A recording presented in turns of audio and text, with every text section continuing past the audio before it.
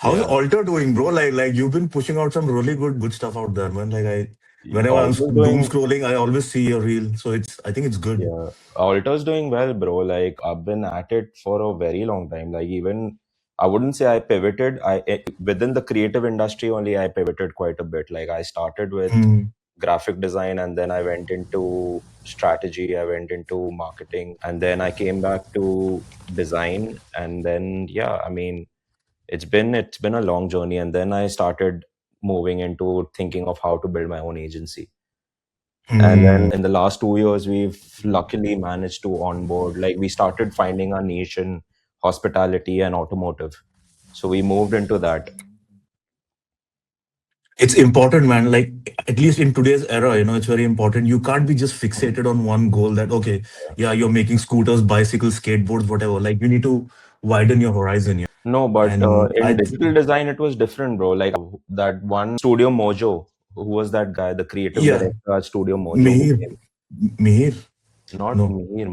Mihir is Studio Clockwork. Are Mojo, the guy who, the Australian creative agency that came for a project for a jury, I think. And they ended up working with the digital team they gave us a brief and we all got together. That was, I think, the first time we were working with product designers, transport designers, and digital designers together. That project literally taught me that it's not just about sticking to one thing. Like in digital Yes. design also, what Ratan and what most of them taught us was that, okay, if you do alias, you're sorted. Like you're going to do this for the rest of your life and you're going to succeed and become like a star, as you said. Red carpets rolling. Yeah. But then Yeah.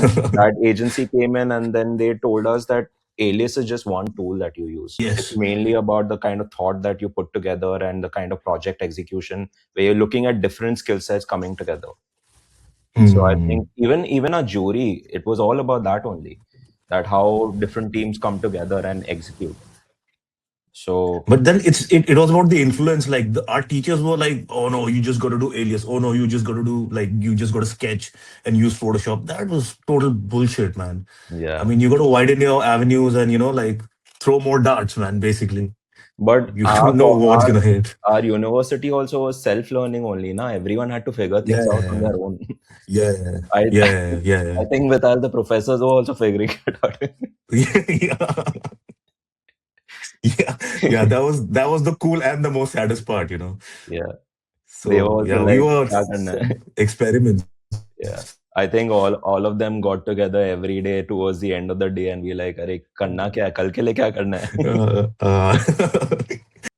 But what's happening with Fuck, you, bro? man. How's China? You was working at Royal Enfield and then you just bounced not to China. Yeah. So I was there for what, 3 years with Royal Enfield? Three and a half years, actually. So how did you end up So, then coming to China, bro? so actually, what happened is when I was doing my 2014 last year internship, you remember we had an internship in the fifth year. Yeah, yeah, yeah. So I found this studio here called Way Design.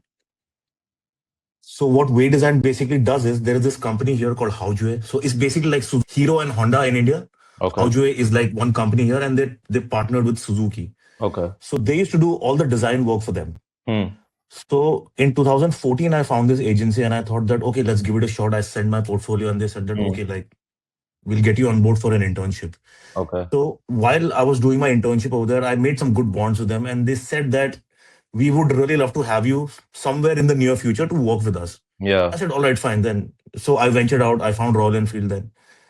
So after 3.5 years, it got a bit slow, man, because if you see the Royal Enfield style, the silhouette of Hmm. the motorcycle is very like classic, the same Yeah. old tank, the same old seat, you just tinkering like the small bits, just the badges, stickers, all Hmm. that.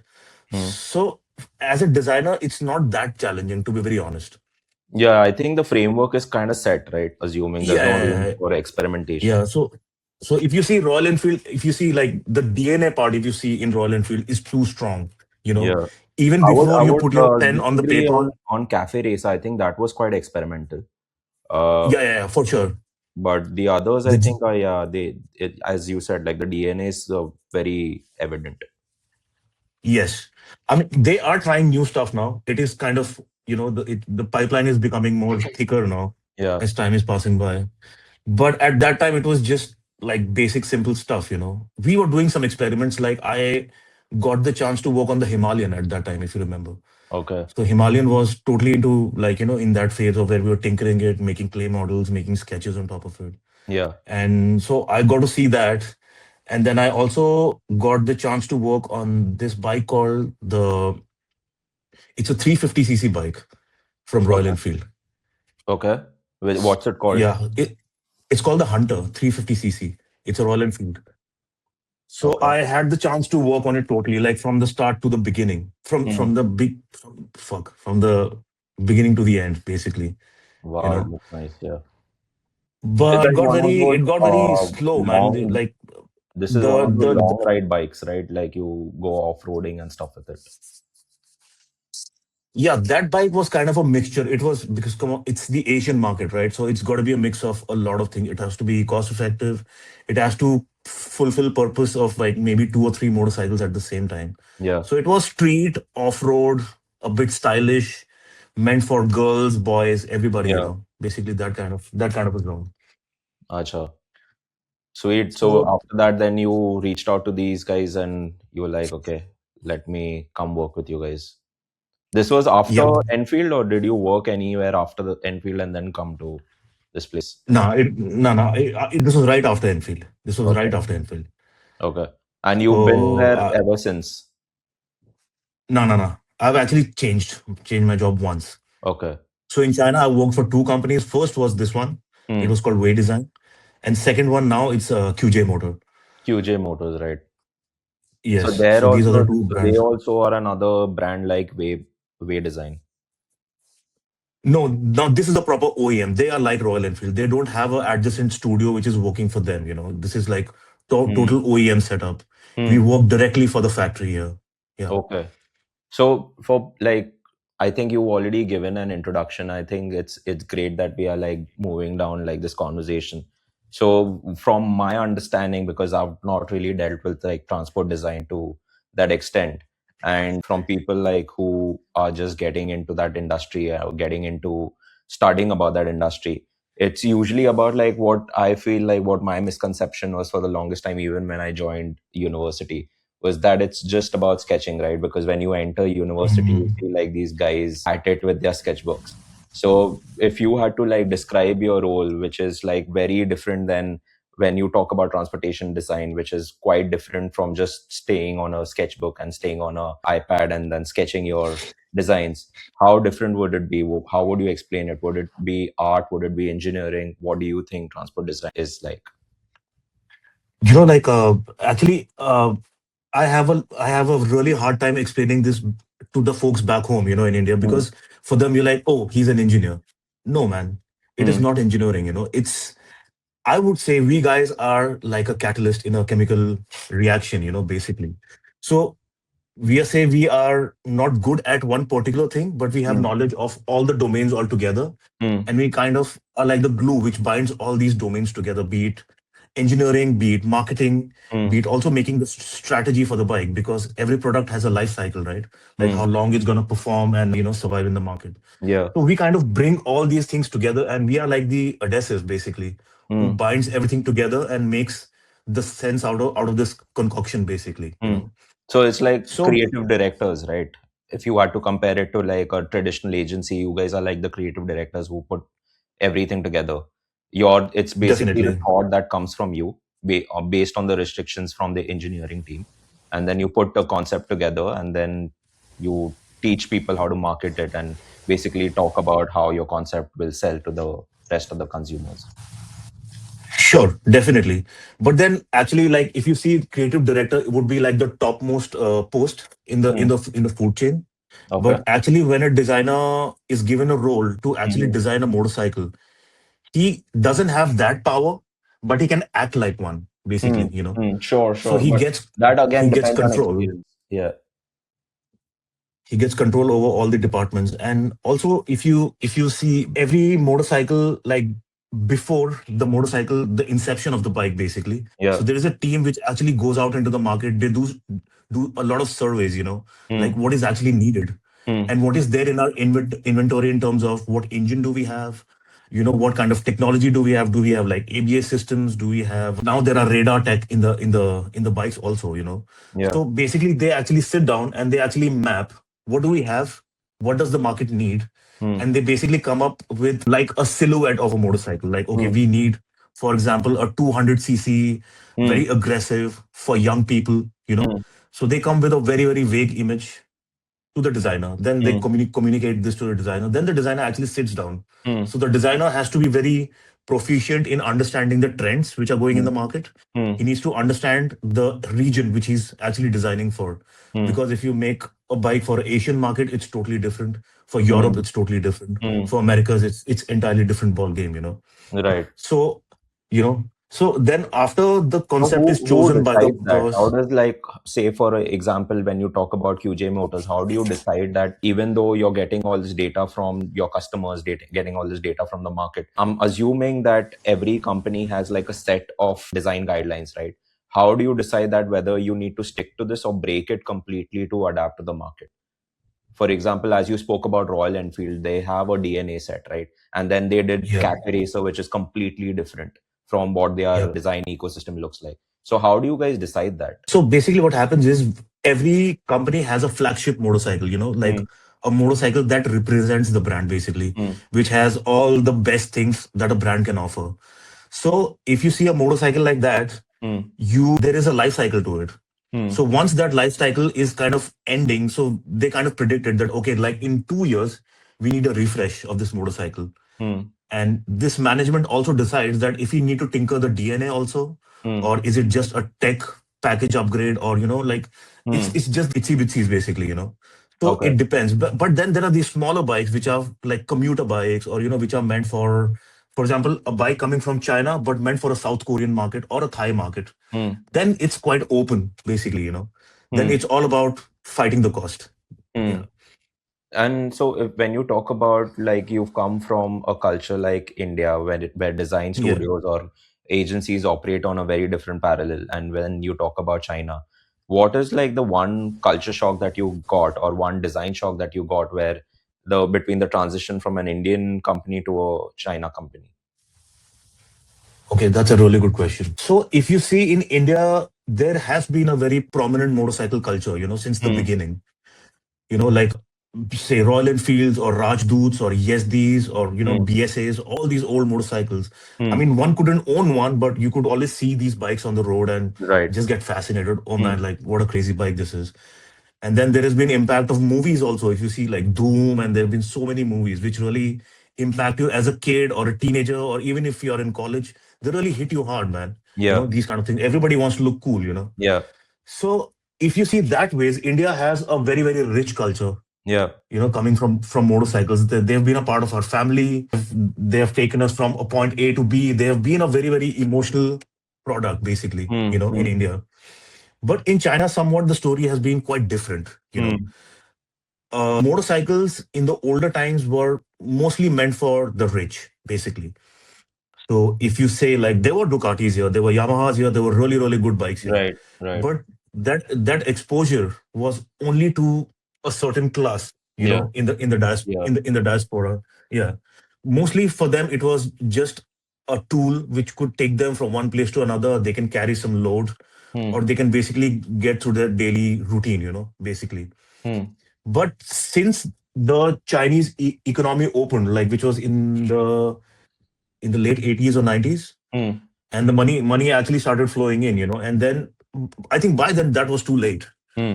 for the culture to actually pick up. So it's just a certain class of people who actually understand the culture here. Hmm. Most of them are followers. They just see it, they think, oh, it's cool, and they just go and impulsively buy a motorcycle, basically. Right. The situation right now is the culture is pretty strong. People Hmm. understand motorcycles here, but there are a lot of restrictions from the government because they think that motorcycles, they basically choke up the traffic. They do a lot of pollution. Hmm. So actually owning a motorcycle in China is quite expensive right now. Right. Like for example, if you buy a Ducati for 30 lakhs, Hmm. just the license plate Hmm. will cost you 20 lakhs.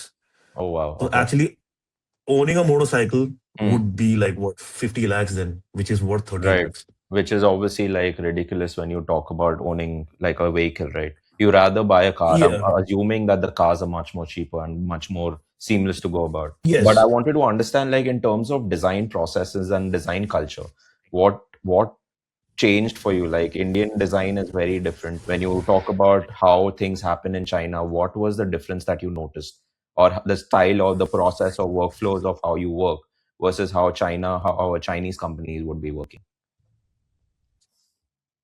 First of all, the first thing that I noticed here was that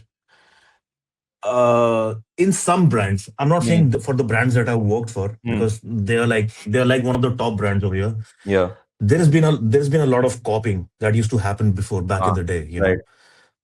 So they copy unapologetically, like they Okay. don't care, They don't you care. know. Okay. Yeah, but again, it also actually comes from a mindset, you Hmm. know.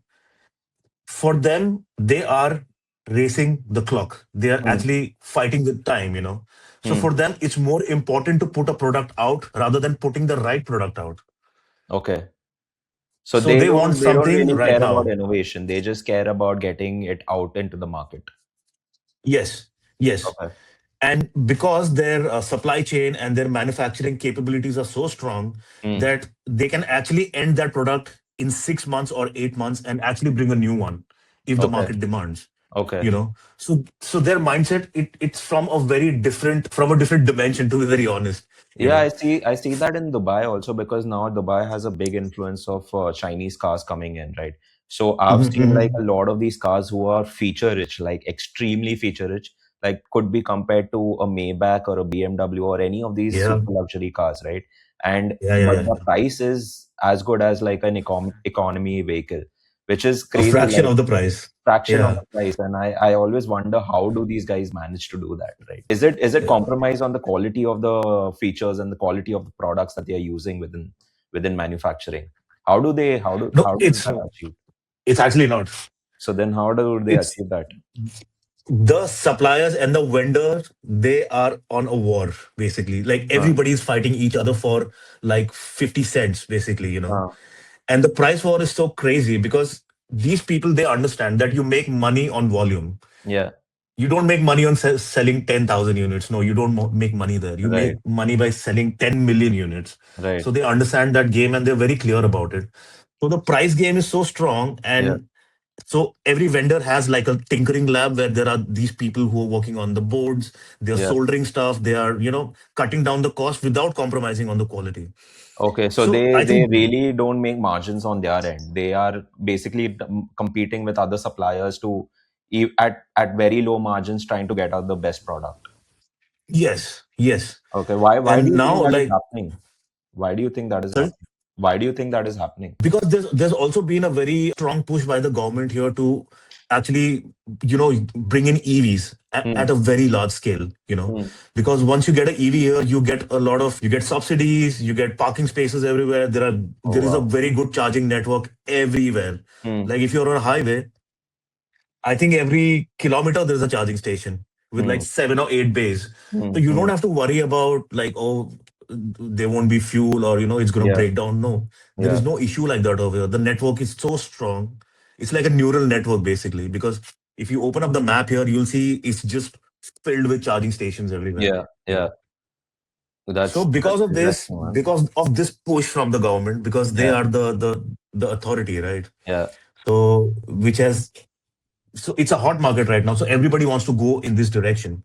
If Yeah. you see companies like Xiaomi, Yeah. Xiaomi makes home appliances. They Yeah. have a freaking car out there right now. Yeah. How? Yeah.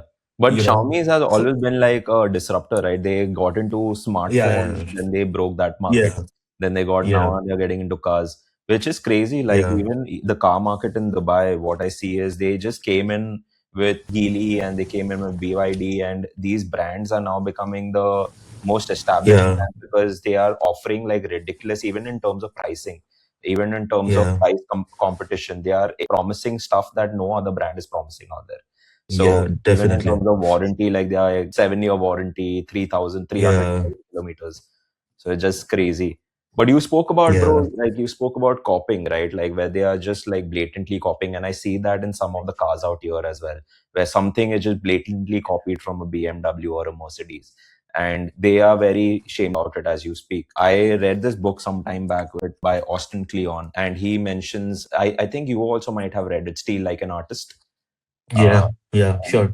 and many people talk about, like, before developing, like, many designers have their own unique voice, right? Like, if you think about, if I go back to graphic design and think about people with unique voices, like Paula Shore, who's leading Interbrand, or I talk about Malika Favre, they all have like these distinct voices. Like, when you see their stuff, you know that, okay, this is the person working on it. So I've been told, like, or at least I've heard a lot of creative directors or creative guys talking about the fact that if you want to develop your own unique voice, you need to be able to replicate someone who's done that. So, what is your view on stealing from other people? Like, as you said, you're working for a country where it's shameless, like, they are shameless about copying design language. So, what is your view on it? I can talk about myself Yeah. basically in this context, to be very honest. So I see copying or imitating. For Mm. example, like when we joined design school, right? Or We referencing. got introduced to some, yeah, these legendary designers, Yeah. and I think that is the first neuron activation for a person or a designer who's stepping into a creative field, because you come from a background where you studied physics or like Hindi Vyakaran, like how are you supposed to design cars and stuff? Yeah. It's impossible. Yeah. So I think the first stepping stone is imitation, according to me, Yeah. because you try your hand at it Yeah. and you definitely fail. Like most of the people fail. I am the one who failed. I Yeah. failed. I Yeah. failed miserably. Yeah. But then there are some gifted people who get through it in the first go, but they're gifted ones. Yeah. So I think then that first neuron activation is a journey. It's a beginning of a journey Yeah. where you figure out a lot of stuff about yourself. Yeah. It's about taking that first step. it Huh. might it might be shame it might be shameless, Yeah. but it separates you from a lot of people, because you took Right. that step. Yeah. You took that walk of shame or whatever you call it, like Yeah. copying blatantly. Yeah, Yeah. for sure. But w- then it becomes a rut. You keep like, why am I not better? How Yeah. can I be more better? How can I be like him? Yeah. And on that journey you figure it out, man, by yourself, that Yeah, okay, you figure out how this to is make me. modifications. Yeah. Yeah. But So I then think how this is does what also has happened with the Chinese brands. right, they, you yeah, know yeah, I get what you're saying. Like, for the longest time it yeah, was known like Chinese copyright goods, right? yeah, Where they are just yeah, blatantly copying everything. And now they've somehow yeah. come to this point where they've moved into innovation so seamlessly, because for the longest time it was a manufacturing market, and now it's become a service market, Yes, where now people are yes. starting to work with like designers and stuff from China, right? And so it's crazy how that happened. And when you talk about like even designers in your industry, and when I particularly talk about you, every designer, as we spoke about, that they have a unique voice, right? If someone had to see some of the bikes that you've designed, how do they identify what is your unique voice, and how did you get to forming that unique design language for yourself? I think it's got something to do with when you're growing up, actually, Hmm. like how you actually felt. Like, yeah, I I chose to become a motorcycle designer because of my past, Yeah. whatever happened with me. Yeah. So like seeing, like, my father was in the Indian Navy. He got a motorcycle from like a Royal Enfield Yeah. from the defense. So I used to Okay. sit on the tank, ride with him, and that is a very prominent memory in my head, growing Yeah. up. Yeah. Even when I was back in Dehradun, I mean, Dehradun is just motorcycles, man. Yeah. People are crazy about motorcycles in there in Yes. Dehradun. You got the twisty roads and you got the mountains, and everybody used to go and scrape their knee, just be like Valentino Rossi, basically. Mhm. Yeah. So I think it's your past experience, which actually molds up. It Hmm. actually brings you to a stage where Hmm. you actually choose to do that, and when you actually express your feelings, Hmm. I think it's a culmination of everything. Hmm. So I would say it's the people that I was exposed to. It was the culture that I was exposed to. It was the places where I was in, like Mumbai. Yeah. I was born in Mumbai, Yeah. and then I went to Dehradun. Both these places, like, you get to see like fantastic motorcycles. Yeah. So I think it's just a culmination of that, man. And I, like, since like I'm a '90s kid, so I Yeah. grew up reading a lot of comics, Yeah. manga, anime. Yeah. I see And I some of think the I comic work that you were doing now. It's crazy. Dog or Dogaya. Dogba? What is it called? So basically, it's Raj Comics. It's like Marvel of India, basically. Okay. So this character is basically a ripoff of Punisher. He's basically Ah, Punisher yeah, yeah. I from see the Mumbai. similarity. Yeah, Yeah. So he doesn't have any superpower, but he can communicate with dogs. So his yeah, name is yeah. Doga. So what, Yeah. like, if you don't mind, how did that come about? Like, I thought, like, when you started your channel separately, I thought it was you posted some of the videos about AI videos about bikes, like designing bikes, Yeah. and suddenly Yeah. you switched to designing this character. What was that all about? Like with AI in scene right now, and with so many softwares that are there to your exposure. Yeah, And I mean, come on, we guys are from India. Come on, I'm completely filmy, okay? yeah, So I love Bollywood. I love storytelling. So I think yeah, this is the right time to actually express, because now you have the tools. I don't have to sit down and render every frame and yeah, think about, oh, how it's gonna look like. yeah, So now with tools at your disposal, I think it's the right time to actually try your hands at other things. You never know what might click, man. yeah, So yeah, this is I am trying to now widen my horizons yeah. slowly. So is Dogga also gonna then get his own bike? Oh yeah, for Yeah, sure, man, yeah. for sure, it's coming. For sure. That's fucking amazing. Like, I want to see what you expand that to, because there's so many possibilities you can go with that character. Like, It's insane. I was looking at it and I was like, oh, this is crazy. And I honestly, like, I feel like it also takes you back to your skills of sketching and all, right? I'm sure, like, after a point Yeah, of time, like, as a designer, you kind of end up giving that part of your design process, because everything's gotten so digital, and now with AI coming in, it becomes like a automated tool. So I'm glad yeah. you're going back to your roots, man. It's good to see that. Yeah, it's very important because I mean, come on, AI, yeah, it's there, but if Yeah, you can't express what you want from AI model to do for you, yeah, it cannot do that for you, right? yeah, And it needs certain amount of it needs some input first of yeah, all, yeah. because if you say, "Oh, make me this character named Doga, he looks like a dog," it's not gonna work like Yeah. that. So But you got to start from some point. yeah, did you use AI to kind of bounce off your ideas in developing this character? Oh yeah, for sure, for sure. I Yeah. mean, I started off with the mask. If you see on my Instagram, I've posted like the basically the mask of it, and then I kind of stack build on top of it slowly. So going from the mask to his armor to his Yeah. weapons, Yeah. slowly. And And then how what did you come happens up is with that the personality? model also reads up the language a little bit, like what you're trying to say, Yeah. and it kind of figures it out by itself. Okay, this is what this guy wants. So yeah. And how did you come up with its personality? Ki, I want this guy to be like this aggressive, rebellious dude.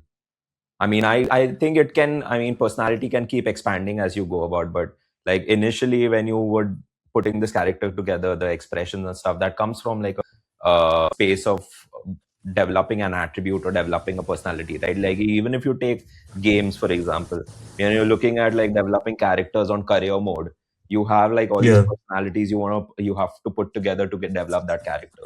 So how did that come about? So I'm a very big Doga fan. Okay, so like Uh, growing up, I used to read Doga. So basically, Doga is very dark. okay. Like when you were in school, you would read Yeah. like till eighth or ninth, you would read like the normal comics. Yeah. But once you move on to Doga, Yeah. now you're a man. Okay. So Doga was that dark. Doga was that gritty. Doga was all about like killing people. He's Okay. basically an anti-hero. He's Okay. not a vigilante. He's an anti-hero. You Okay. know. So and when I used to read comics, I always used to feel that nah, we still it has to be on the edge. You Ah, still cannot play like 60-40. It has to be on the edge. You know. ah, So I always had this in my heart that maybe one day if I get the chance, yeah, I would do this my way. right. So again, it comes back from the roots, man. Like I now I actually have the didn't know tools, so I'm Doga playing was it. actually a character. I just Googled it right now and I saw that this is actually a character back in the 90s that was developed. Just super Yeah, cool. yeah, yeah, yeah, I yeah, yeah. thought this is like your own thing that you had done. I mean, now I'm assuming it's an interpretation of the actual character, but that's pretty cool, man. Yeah. I'm pretty retarded that way when I cannot imagine a new character. you know. No, but I think back, if I go back to when you guys used to sketch, I think you used to come up with some crazy concepts. I never understood Yeah. how you guys do that, but like, yeah, I mean, after being years in the industry, I think I still haven't figured that out. But yeah, but sorry, what? Just one point I want to say, Yeah, because I mean, I was a retarded kid. I used to be in my dream world when I was growing up, like yeah, just reading comic books, yeah, fucking around, doing shitty stuff. yeah, But actually, when I came to college, I took a part of that with me, and I kept it with me in a box because Yeah. you can't be retarded in college, man. You're fucking paying so much fees. You got to be realistic at some I point. would say we were.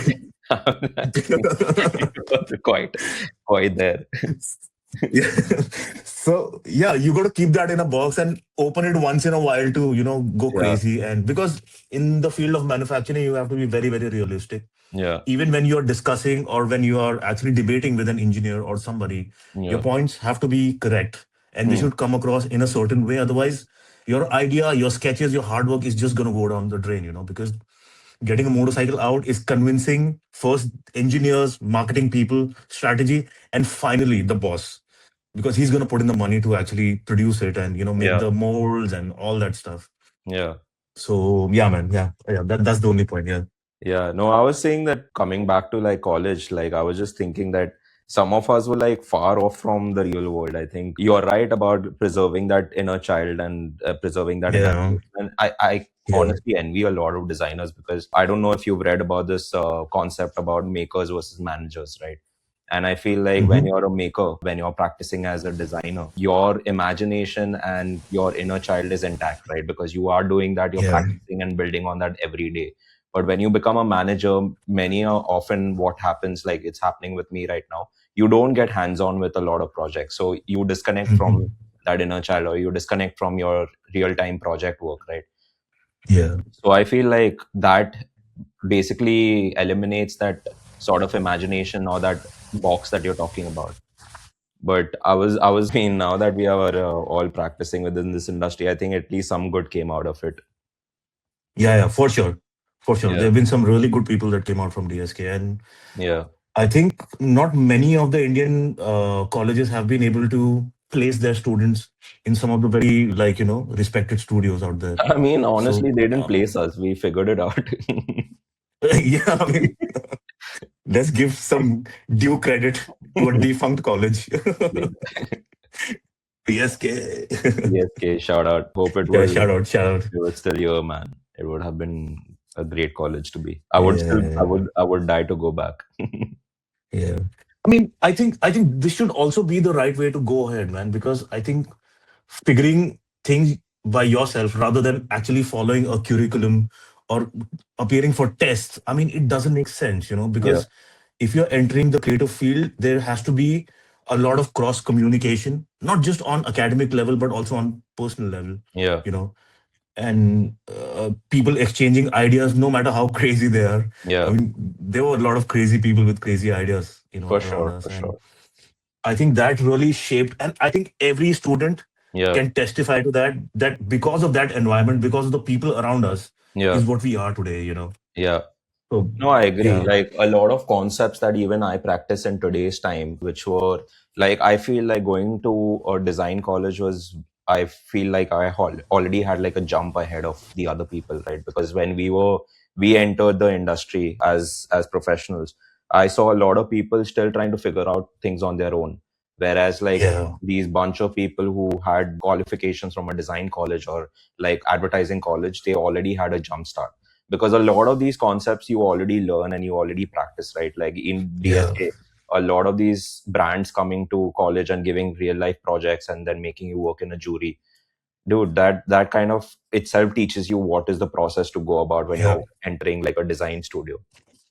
yeah, So it's good that we had like the jump start. And also one question I had was when you draw a parallel between building a brand and building a motorcycle, for example, like I would say building a brand for me because I do it on like almost a daily, and for you, it might be building a motorcycle and then eventually yeah, building a brand.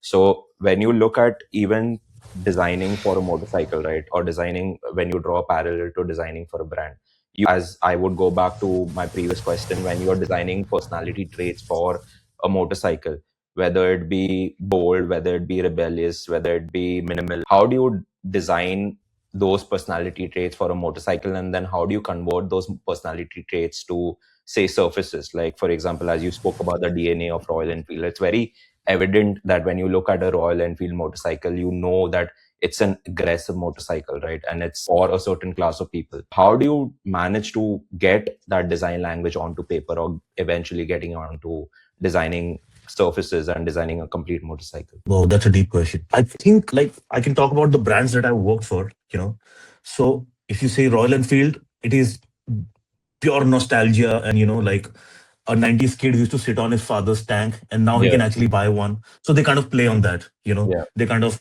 cash in on that feeling. And every motorcycle buy is more emotional, to be yeah. very honest, because I mean, come on, it's an emotional product. Mm, It's a machine which has kind of entered your lifestyle, so it gets emotional, especially for a man. yeah. Now, for the second brand that I worked when I was working in China, so Mm, after I left Royal Enfield, that brand is not aggressive. mm. They play on quality. Their ethos is quality. They just want to show people that you can run this motorcycle for a million miles and nothing's gonna happen to the engine. Right. So if you see their advertisements are very calm, quiet, not aggressive shots in their Mm, advertisements. mm, It's always about family. It's always about a man who is actually commuting from one place to another, wearing mm. proper security, the safety Element. equipment. Yeah, yeah. Now, if you see the current brand that I'm working for, now this one Mm, is crazy. It is meant for young people who are speed enthusiasts, mm, basically, who want to go really, really fast on a motorcycle with a girl sitting behind them, mm. you know. So if you see our advertisements are also in that way, flashy lights. Yeah, We don't show the motorcycle in one shot, basically. It's just like a lot of cuts and from different angles, like yeah, that. So if you say how do we translate that into the surfacing, yeah, is the previous brand that I was working for, yeah. the surfaces are very, very calm. There are not many, like it's just a 2 or 3 degree curve, basically, you Mm, know mm, which is just smoothened out. So the mm, surfaces are very, very simple. They give you a very good quality, but at the mm, same time they try to cut the cost a little bit, so they mm, try to keep the surface very, very clean and simple. mm, Now here, the current brand that I'm working for is crazy because in order to show a particular graphic on the motorcycles, we mm. actually increase the number of components. So for example, it's not just a tank. There is a Okay. tank cover on the top. There is Yeah. a tank pad on the back side, to Mm, make the tank look lighter, more aggressive, to have a mm, certain graphic cutout. You mm, know.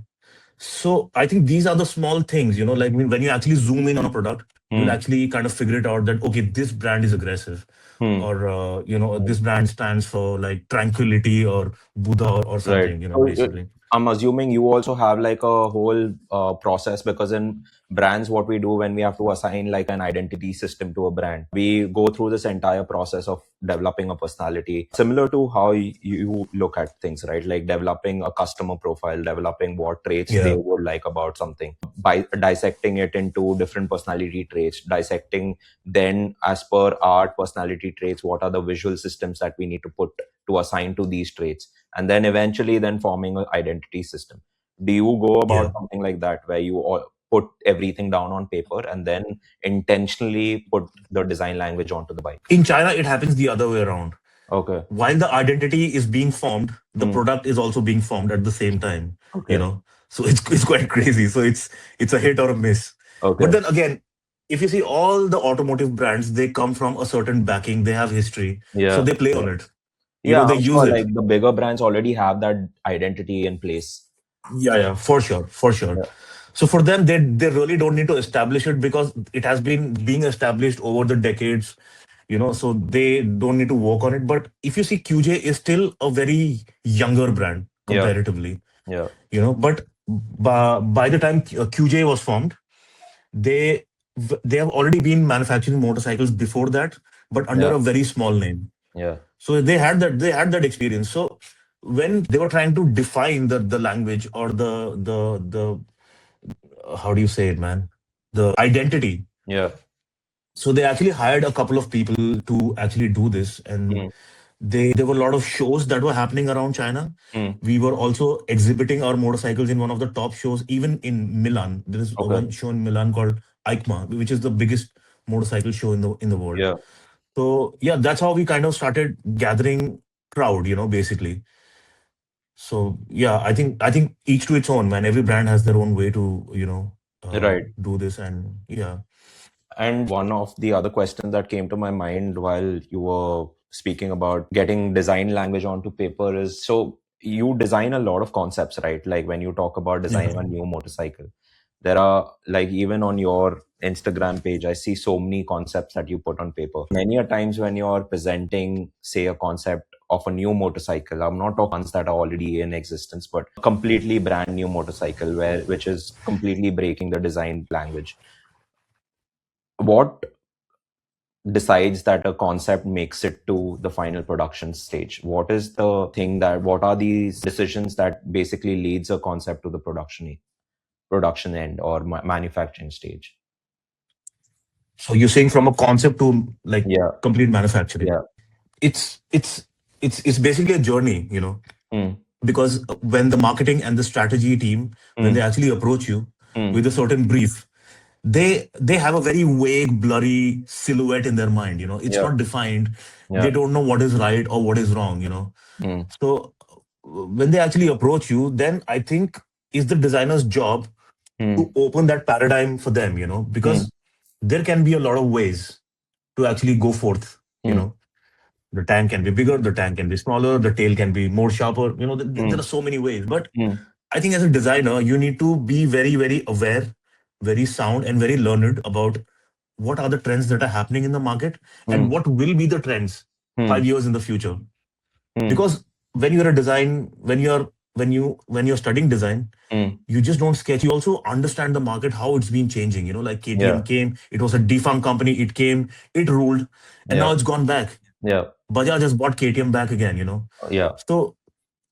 So you kind of take certain cues from them. Mm, Then you look at a brand like Honda, which has been there rock solid. It's mm, been, I don't know how many decades. yeah, You take certain cues from them, yeah. and then you kind of find a concoction, a mixture, which you draw as sketches, as Mm, renderings, as mm, 3D models. And then you define a direction that, yeah, okay, you have given me a brief. Now, this one is a cost effective way to go ahead. This one is yeah, going to appeal to the youth, but it's yeah. going to be expensive.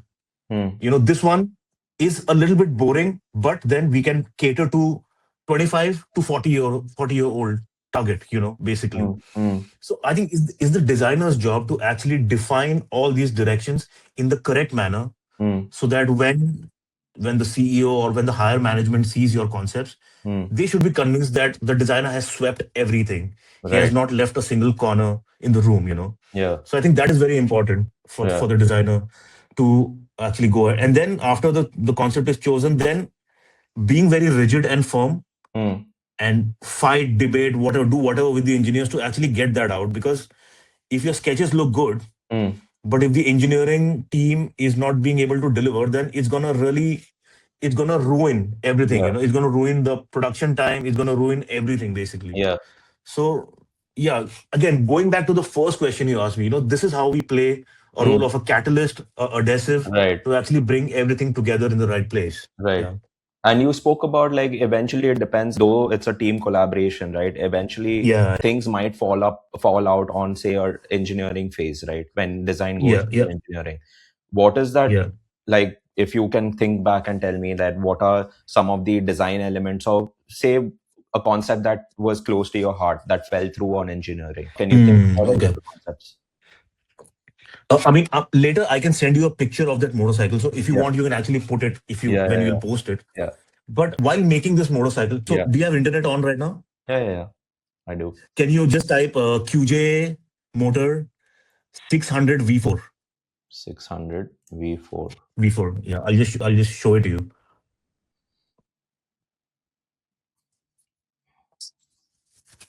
Okay. The silver one, right? Yeah, I think it's not 600. Let me have a look. Wait. Yeah, the first like a custom cruiser kind of a bike. Yeah. Yeah. This one. Yeah. Yeah. So actually, you will not believe me. The time frame Yeah. of actually making the first prototype of this motorcycle, Yeah. from the first sketch to the first prototype. Yeah. Can you guess how much time? First sketch to the first prototype.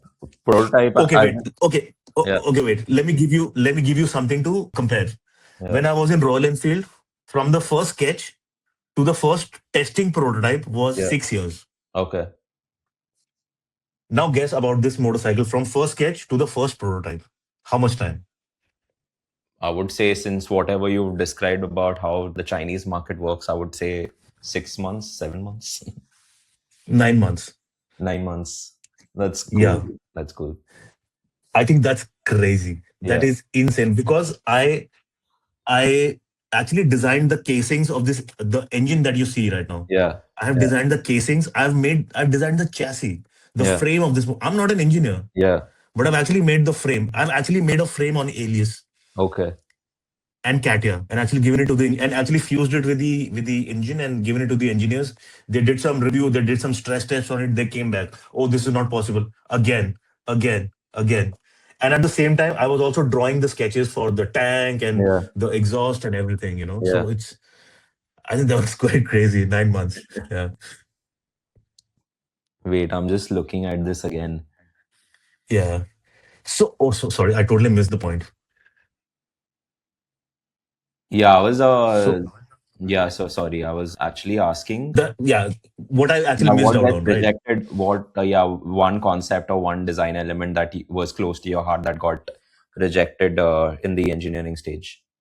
Yeah, it was the headlight for this motorcycle. Okay. It got totally canned Okay. because I think headlight is like a signature for every motorcycle, Yeah. Yeah. and that The is one frame and the prominent headlight. place where Yeah. yeah, and that is one prominent place where the designer can actually leave his signature on a Yeah. motorbike, you know. Yeah. And we had to actually can it because we had to put this motorcycle out in a Right. year's time. So 9 months took for the first prototype. Yeah. We had like 3.5 months to put Yeah. it out. Yeah. So then the hire management took a decision that okay, we're gonna use one of the headlights that we have in our Oh. inventory, and that really pissed me off to be very honest because I Yeah, had that's like made like sketches having and some 3D other, models. yeah, that's like having someone else's signature on your bike. Yeah, you know. But the motorcycle did pretty well in the market, man. It's still selling right now. It's selling in Yeah. Europe. It's selling in Argentina. It's selling in Brazil. It's selling in France. Yeah. So I think first attempt from QJ Studio to Yeah. make a global product. So I actually was able to do it, Yeah. with the help of the engineering team and everybody. And it turned out to be pretty good, to be very honest. Yeah. Okay. And I also wanted to know, like, critique or design review is very big part of our process, right? We wouldn't be doing what we do, or we wouldn't be getting to the, no matter how much our first design, I would say, at least for me, the first thing that I make is very close to my heart. Post that, it's like only downhill for me. Like everything after that is Yeah. just downhill, because the first thing is where I put my entire passion and my heart into, right? And then people, Yeah. like, multiple heads butt in, and then something else only comes out Yeah. from the other end. Sure. So Sure. when you talk about design critique, how important is design critique to you, right? And what does a good critique look like in your experience? And I see, like, many designers get very defensive about the work, because it's sure, like, Hmm. because the people are very invested in the kind of work that they do. So how do you receive feedback, or how do you receive that critique without being defensive? That's a really good question. So, like I actually come from a very different mindset on this topic, to be very honest. Yeah. Like in college, we have seen people getting very defensive. Yeah. Somebody said, oh, this sketch is nah. Yeah. He'd be like pissed off, crying in the Yeah. corner or Yeah. banging his head in the atrium, Yeah. whatever. But for me, I really feel Yeah. like I used to like sketching bikes, right? Yeah. Like when I was in college, I'm just sitting, I'm just making doodles. Yeah. Man, somebody's paying me to do this right now. Yeah. Imagine how happy I am. So, like for me, critique is like, okay, fine. If you say Yeah. you don't like it, totally acceptable. Yeah. But you just can't say that I don't like it. Yeah. I have the right also to ask you, okay, sir or ma'am, whatever. Yeah. If you don't like it, can you give me some reasons why you don't like it? Yeah. Yeah. I think critique is right when the critique also gives you a way out. Then Right. that is really positive criticism, because Right. you just can't say, oh, I don't like it. No, it doesn't look good. Hmm. You can say that I don't like it because so and so, because it's too big, because the scale is too big, because it's for older people and it's looking aggressive. There are so many ways, Hmm. even to criticize something. But in a design, I think designers, at least the designers that I've met, they're Hmm. trained in a certain way to take criticism, actually cross question, and Hmm. actually like ask the person in front of you, like, okay, if not this, then what? Hmm. You know? And for me, I have never had any experience like this that I have faced criticism. Hmm. Everybody does. Hmm. But then also there used to be some push and pull, like there has to Yeah. be something coming back from the other end, which you can actually develop on, which you can actually take with you and Yeah. develop on top of it and deliver, you know. Yeah. So I think, but take it with a pinch of salt or Mm. whatever. Criticism is a part of designer's life. You can't Yeah. shy away from it. Yeah. If you if you get offended, design for yourself, man. Like, don't join companies and like Yeah, for it's sure. unrealistic. It's Yeah. unrealistic, according to me. Yeah. So that also, I mean, critique is one thing and feedback is one thing, but I've seen like people who can't sometimes get it right, right? No matter what you do, no matter how much you change Yeah. the concept. At one point, Yeah. like after you arrive or you felt like you're arriving at the end, you are again asked Yeah. to restart, right? Restart the brainstorming, go back to ideation. And that happens in advertising also. That happens across every creative professional I've spoken to, and Sure. that often leads to burnout. So how do you kind of tackle burnout, or do you get burnt Mm. out, do you get stressed and burnt out? Okay. So actually, right now I am taking care of a small design team, which is Okay. looking at all the cruisers in our company. So Yeah. our cruiser range is very very big. We have Yeah. like Yeah. 200 cc, 300 cc, V4 600, Mm. 800, 1100. So it's a Mm. big range. So I found a very crazy way to actually tackle burnout is that I rotate my guys.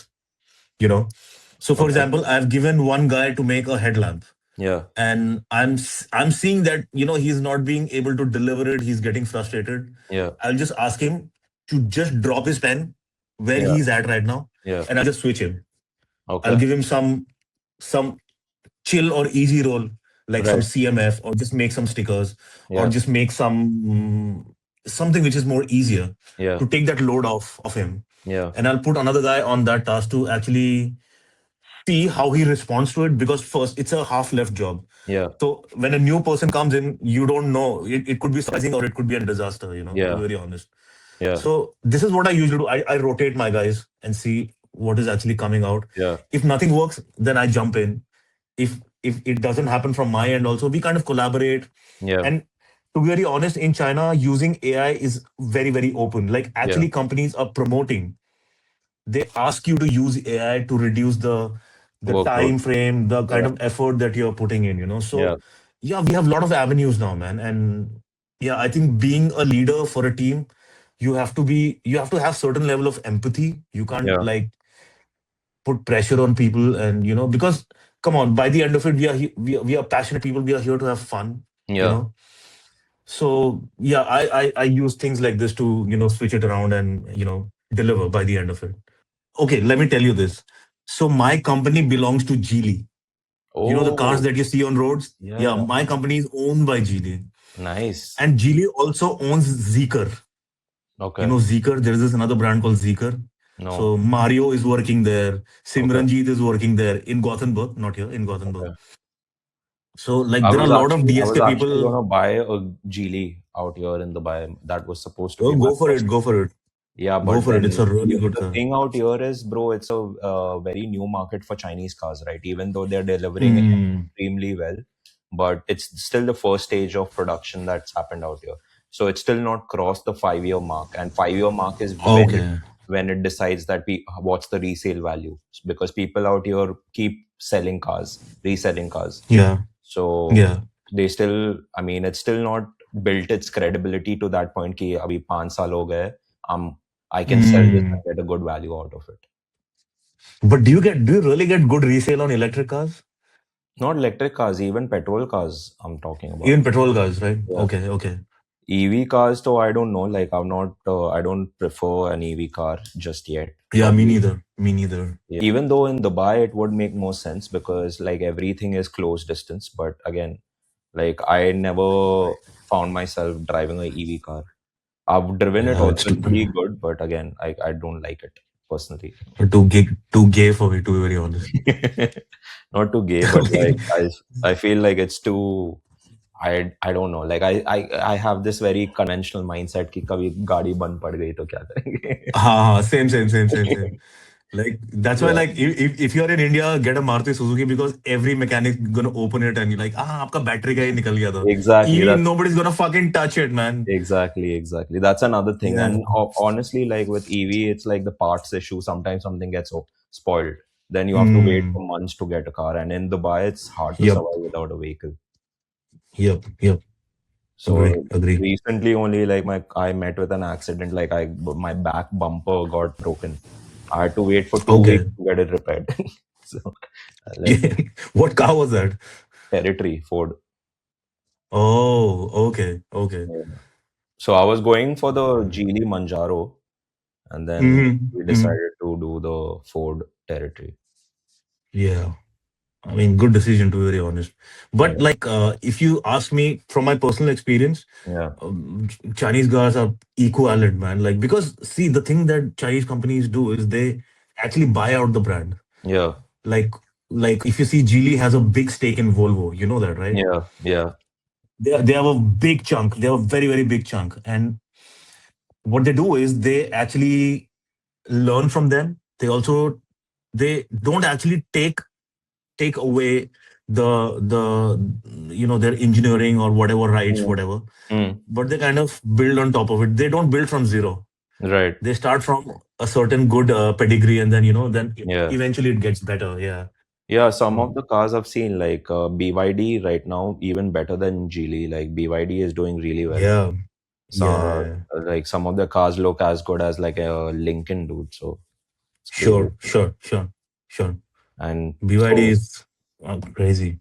yeah. Is that's one story for another day. Why you have a Yeah. BYD or what about that?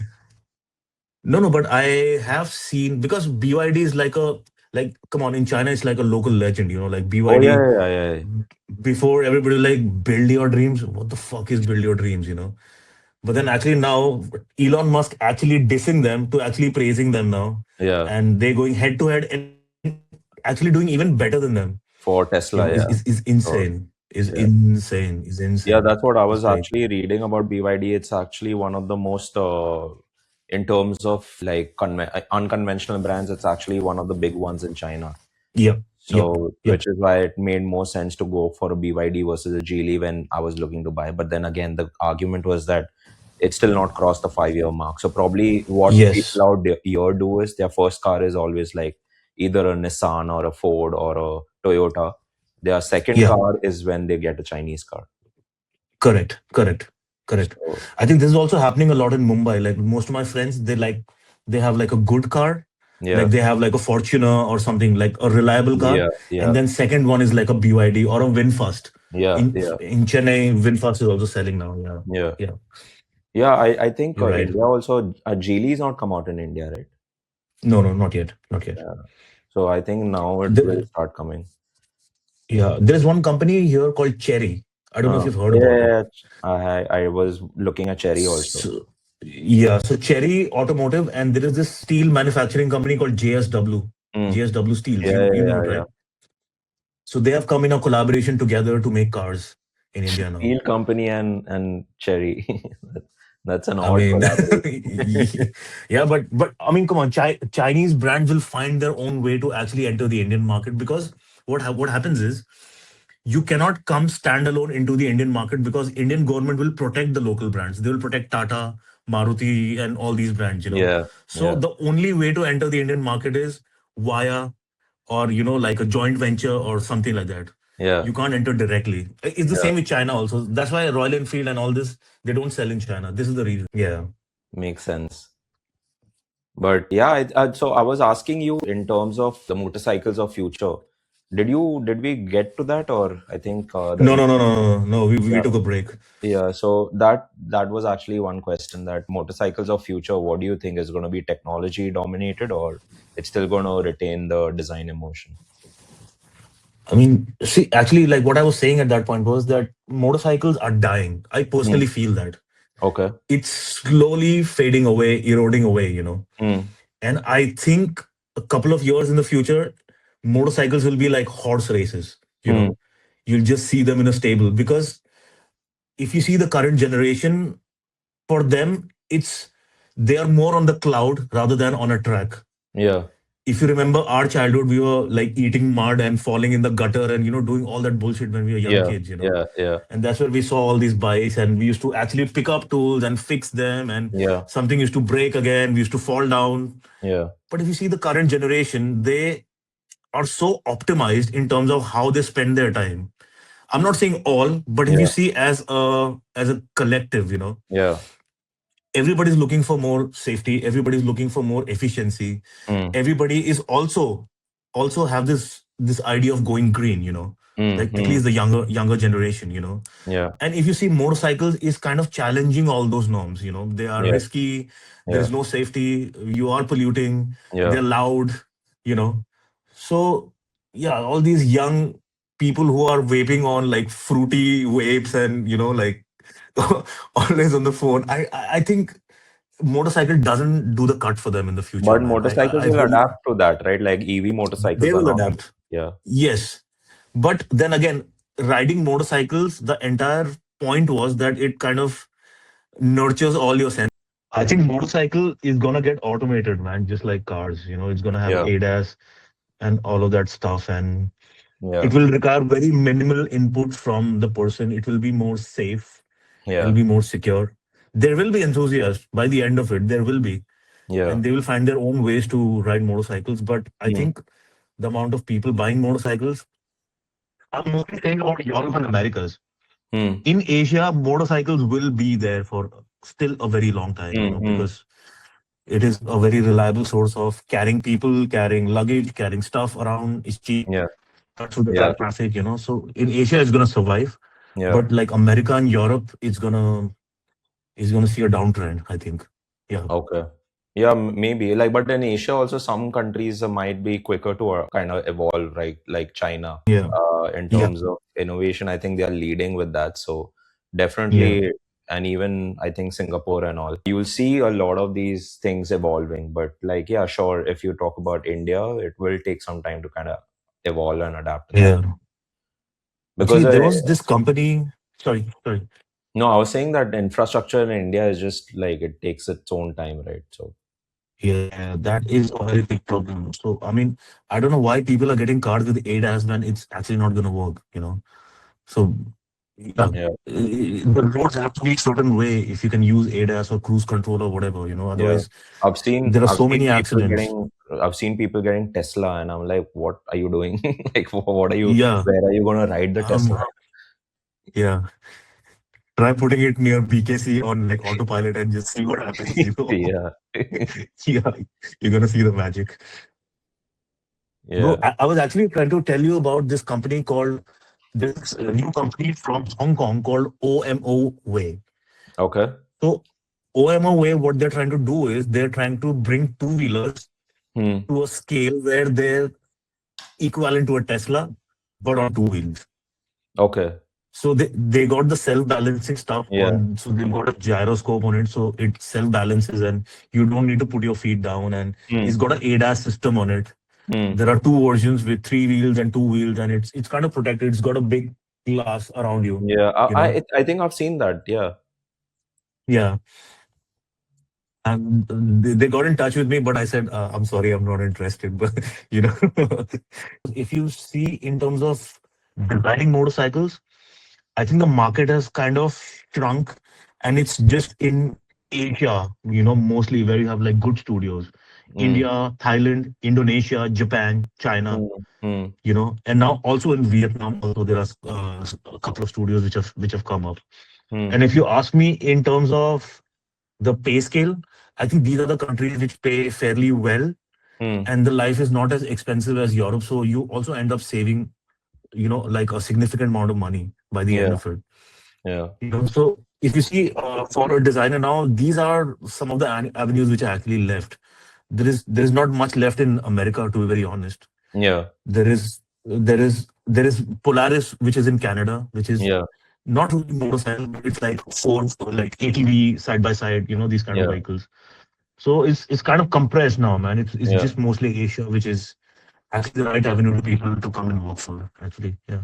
So when you talk about like getting people on board, like you spoke about the studios being fragmented to these few Asian countries, like, but when you talk about personally hiring for your team, what are the values that you actually look for in someone who wants to join your design team? Is it soft skills? Is it technical skills like Alias and CAD, or is it more to do with the design thinking? What is it that you place most emphasis on? No, like I kind of design, like bifurcate my team in a certain way where Mm. I have one guy who's like a master of like a lot of tools. So like he knows Photoshop. He can also 3D print. He can also do like good level of Blender modeling, and Mm. also has a creative side. Mm. So there's one guy like that. Then there's another guy who's like a problem solver. He knows like all the motorcycles back of his hand. He knows like, okay, I want to make a particular, I want to make a speedometer. Or why don't we Mm. look at that? So he's like a encyclopedia. Mm. Then there is one guy who's actually good at sketching, like making fabulous sketches, Okay. master at arts. So so this is what I do. So I have actually bifurcated my team into this way. And if Mm. somebody leaves, Mm. I want to fill in a personality which is quite closer to that person, because now I kind of understand the clockwork of my team, how it actually works. And I don't Mm. want to disrupt that. So Mm. I will try to find like a similar personality in terms of problem solving and how he actually approaches a Mm. particular task, or what kind of skill sets he has. Mm. So Mm. for me it works this ways, man. Right. But so you're saying vertical sort of thinking is actually more valuable to you versus lateral thinking, where someone can't be a generalist, someone has to be a specialization in being like, say, sketching, for example, or technical skills. They need to be like a pro at it versus being a generalist who can do everything. Well, I've never been one. I've never been a pro at anything, to be very honest, if you ask Yeah. me. I used to sketch, but my sketch were never fabulous. I used Mm. to use alias, but I was never good as you guys. You Yeah. know, I so if and I kind of take that as a good sign, because then you are still kind of curious to learn more. And I think the Okay. person who feels that he's sitting at the top of the mountain, I think his drive is kind of finished, because he thinks that he's kind of conquered it all, Mm. and there is not much curiosity in him to learn more or fight more, or give in that more 10%. You know. Sure. Yeah. So I would rather take somebody who's good at like five things Yeah. than being very good at one particular thing. Yeah. Got it. Got it. Yeah, actually, I somehow agree because a lot of people are spoken to, they value vertical thinking, right? Value vertical specialization where they're like, okay, you Yeah. need to be. And in agency scenario, this is what I face. Like, for example, if you're good at branding, then you have to be really, really, really top notch in branding. But then that leaves Yeah. you less scope on learning other things that probably an agency requires. So yeah, I'm sure like I agree with you. But then again, like the world is moving towards working with specialists, right? So Yeah. I don't know what the right answer to that is. I mean, I think somebody who's dabbled into more stuff, I think he has a more problem solving brain rather than someone who's just been fixated on one particular target, you know. Yeah, Because this guy can actually move. And when you're actually chasing a deadline, you need people who can move quicker rather yeah, than who just sitting and doodling or, making renderings, yeah, So I think that ways is, and that is what also DSK taught us. Like if you have a problem, you yeah, approach it in a particular way. Like you analyze it, then you yeah, figure out a solution. Then you yeah, know. So I think that approach is very very necessary. yeah, I think yeah, skills can be learned, can be taught, can be absorbed. yeah, But I think that approach, that mindset is very very important according to me. yeah, It yeah. I might be agree. it might be different in different fields. But I can talk for design. Yeah. No, I agree. I Yeah. agree. That is definitely more valuable because even I see it like that. Yeah. Because like when I see agencies working to be only, say, branding agencies or only production houses, I see a big gap missing because there's so much opportunity. So I fairly feel like it makes more sense to approach it as more of a generalist view. Like you don't have to kind of Yeah. approach it. You don't have to say that you're a generalist, but you can always approach it and take up those opportunities. Yeah, for sure, for sure. Yeah, and that also And gives you I, more value add in terms of the learnings that you get from different projects. yeah, and I've also seen in most of the design studios here in China, I think somebody who kind of dabbles in every zone, Yeah, he, he climbs a ladder more quickly, to be very honest. Like somebody who has a fair idea what is happening in engineering, what is yeah, happening in the inventory. yeah, And I think is that person who actually gets to climb up, the ladder. Yeah. rather than somebody who's just sitting on table and just doing his job. You know. Yeah. No, I agree. And lastly, like coming to, I think the last one that I have, if you look back in whatever experience you had or whatever your career has been like, what is the one habit that has stuck with you that has basically improved your way of working or improved your workflows and processes? And what would that mind shift or habit be that you suggest to someone else who wants to join the career? I think, like, for example, if you, like, as a career, when somebody chooses a field, for example, like, for Yeah. example, somebody wants to become a coder, Yeah. so he kind of goes this way, like, he just closes the blinds and he just walks towards that. But Yeah. what has really worked for me is that I have been lost a lot of times in my life. Yeah. Like, there were points where I had no clue what am I doing, where am I going, and that have kind of led me to different avenues, where I could learn a different skill or learn a different way of life or see what other people are doing. And that has kind of helped me to actually go through this path. Yeah. So I think being too fixated on a particular target is maybe not the right way, because if you're too rigid, you're gonna break easily, man. If you are like a bamboo tree, like there are Yeah. wind, there are thunderstorms, you're gonna just sway and just take that impact and Yeah. still survive. Yeah. And I also have this habit of drawing a lot of parallels, like Mm, mm, taking inspiration from music, for example. I think music and design go hand in hand, man. mm, mm. So you are inspired by a certain kind of music, you can use that in design also in your own Yeah. way. Yeah. You have to look at different kind of skills. There are a lot of people doing a lot of different things out there. Like, Mm, mm, you can draw parallels very easily and take something, a chunk from there, and add it to your own. And I yeah. think that's how your story becomes unique, because otherwise the designer's path is just okay, you draw and you fight and yeah, the design just comes out. But then there is no story to tell in the end, man. Is Yeah. You're just a cookie cutter personality by the end of it. Yeah. So I think failing, getting lost, drawing parallels, I would Yeah. say, and have some fun, man. Basically, that Yeah. is that is the, that is So, the end game. yeah, I think Yeah, having fun is like the end goal for every sort of career that you take up. yeah, If yeah, you're yeah, not yeah. having fun, then what's the Otherwise, point, right? otherwise you're just pestering yourself to like just die, and what's the point of that, man? Yeah. So But yeah, I know you for being a gamer. I know that you really love gaming. yeah, That's yeah, one common passion that we share. And I know that since yeah, from this call, I know that you like to draw parallels between music and design. So if I have to ask yeah, you, like, what is that one game or that one song that you always go back to, that draws inspiration from? dude. Huh? Oh fuck. Oh fuck. Huh? My favorite song, man. Come on. You say it. Say it. You say it. I think it You know is. it. You know it. Oh, is it Say that? it. Shit, I can't remember the name, but the song that we used to play on repeat, dude. What is that Bro, song? Portishead Roads, man. Portishead Roads. Yeah, yeah, yeah. Oh, so Bro, I mean, Portishead se yaad hai, like there is another artist yeah. that I've discovered, Aurora. I don't know if you heard her. No, no, no, no, no, no. Oh man, wait, hold on. You will fall in love with this girl. I'm going to send Bro, you a like, screenshot. I've never thanked you enough, but bro, like, you introduced me to Portishead, and like, since then, I go back to it every now and then, because their style is so offbeat, and they used to use synth in the 90s.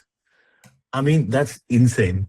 And that vocalist, Beth Synthesizer से Gibson. याद आया जो Modiar what is that? Giorgio Moroder. George Giorgio Moroder, Daft Punk. Moroder. Daft Punk, yeah. Yeah, They yeah. used to use synth in the 28 beat. No, but listen to the song I sent you on your chat. I will. I will. And Yeah, bro, you also asked me a game, right? So can yeah, I say a recent game? Like, back then I used to play a lot of games back then also. But recently, bro, like, recent games, if you ask me, Ghost of Tsushima and Ghost of Yote. yeah, yeah, yeah. Oh. I'm playing Ghost of Yoti right now. Man, I'm playing. man, come on, man, I come just in on. fact got the CD last night from one of my friend who was playing it. He completed it, and I've started playing it right now. Oh man. Yeah, I mean, it's like reading a book. You actually relate to the character. You feel it. You feel that Japan. I mean, I can spoil it, man. I should spoil it. Yeah. I have been in love with. So after I think in my college days, I had played Prince of Persia: Sands of Time. After that, I I've played that too, stayed yeah. awake for 4 days to complete that game. After that, I've never loved any game so truly like I've loved Ghost of Yeah. Tsushima.